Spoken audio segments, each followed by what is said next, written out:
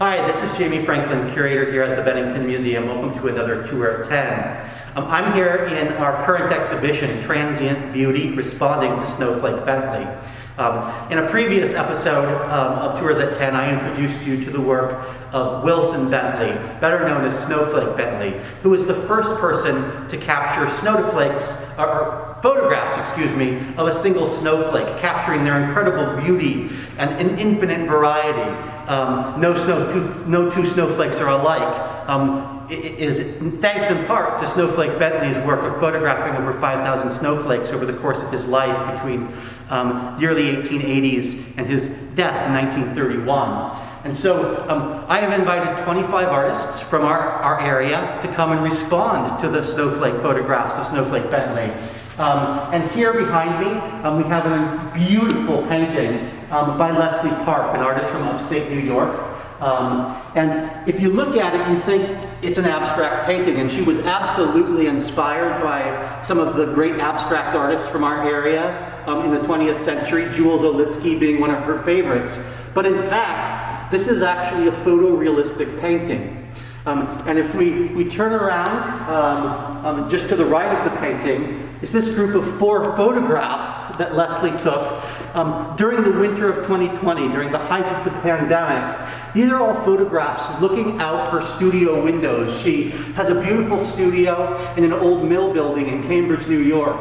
And these are photographs that she took of frost and condensation on the window of her studio building, which she then translated into a series of paintings. And really it's this kind of idea of Bentley and his interest in kind of really obsessively observing nature and trying to learn from the incredible beauty and patterns and transience of nature. Leslie really captured that idea in both her photographs and her painted translations of them. And kind of playing on the theme of photography and the history of photography, and Snowflake Bentley's role at pushing the boundaries of what photography can do, allowing us to see single snowflakes in incredible detail. When he was doing this in the 1880s through the 1920s, and when he first started doing it as a young man, he took his first snowflake when he was just 20 years old after 3 years of trying to perfect the technique, where he had kind of self-taught connected a microscope to a large bellows camera of the type that was used during the period, capturing his images on glass plate negatives. So I invited a number of artists, contemporary artists, who use historic techniques and really push at the boundaries of what photography can do. So this is a beautiful little tintype, wet plate Collodon tintype by Rachel Portese. This is a photograph of an allium flower. Looks like a snowflake in its kind of radial symmetry and intricate design. But it's a classic still life.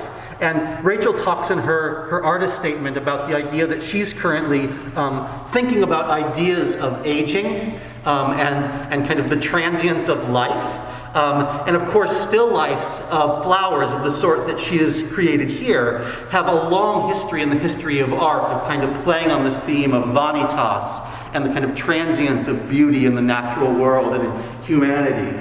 Another photograph using a wonderful historical technique. This is by Tom Fells.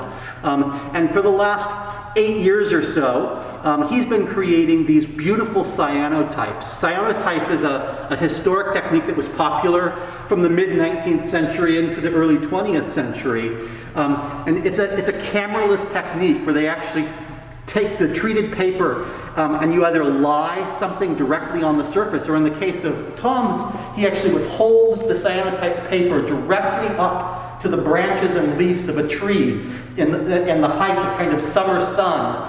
And where the sunlight didn't hit as much, where the leaves were covering it, it creates this beautiful light blue to almost white pattern.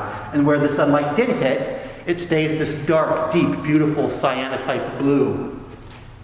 And again, capturing kind of transience of nature and the moment, the idea of capturing a moment.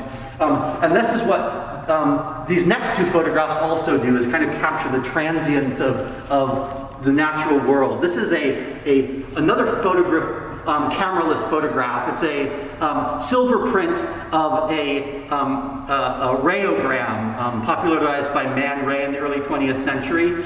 So this is a photograph that was created out in the natural world here in Bennington, capturing the kind of intricacies and subtle changes in light and atmosphere, capturing shadows. And then also, even today, it's been alive in the world for a couple of years now. It also reflects the transience of what happens in front of it. It's a kind of beautiful, smoky, reflective surface, and you see yourself in it when you look at it. So it's kind of ever-changing and capturing that kind of transient nature of life. And then finally, this is a photograph by Jonathan Klein called Dawn Dusk, September 2021. So this is a photograph created with a camera that he helped kind of co-invent. And it captures the subtle changes in light over a 24-hour period here in Bennington, created in September of this year. And again, all of these photographers, these artists that I've talked about today are really using the kind of technologies of photography, whether they be old technologies or newly devised technologies, to kind of explore many of the themes that Snowflake Bentley was interested in, from transience, of atmospheric conditions, our own personal transience here on this planet, and the beauty of the natural world, using photographs to kind of push at our understandings of those ideas. So again, you can bid on these objects. You can either go onto our website and you can find the exhibition page, and there's a bidding portal where you can bid on any of these works, or better yet, I really encourage you to come on into the museum. This exhibition is on view through the end of the year. Bidding ends on December 20th. So you can come on in, pick your favorite, buy something for yourself for the holidays, or maybe get a gift for a family member or a loved one or a friend. So I hope to see you here at the Bennington Museum soon.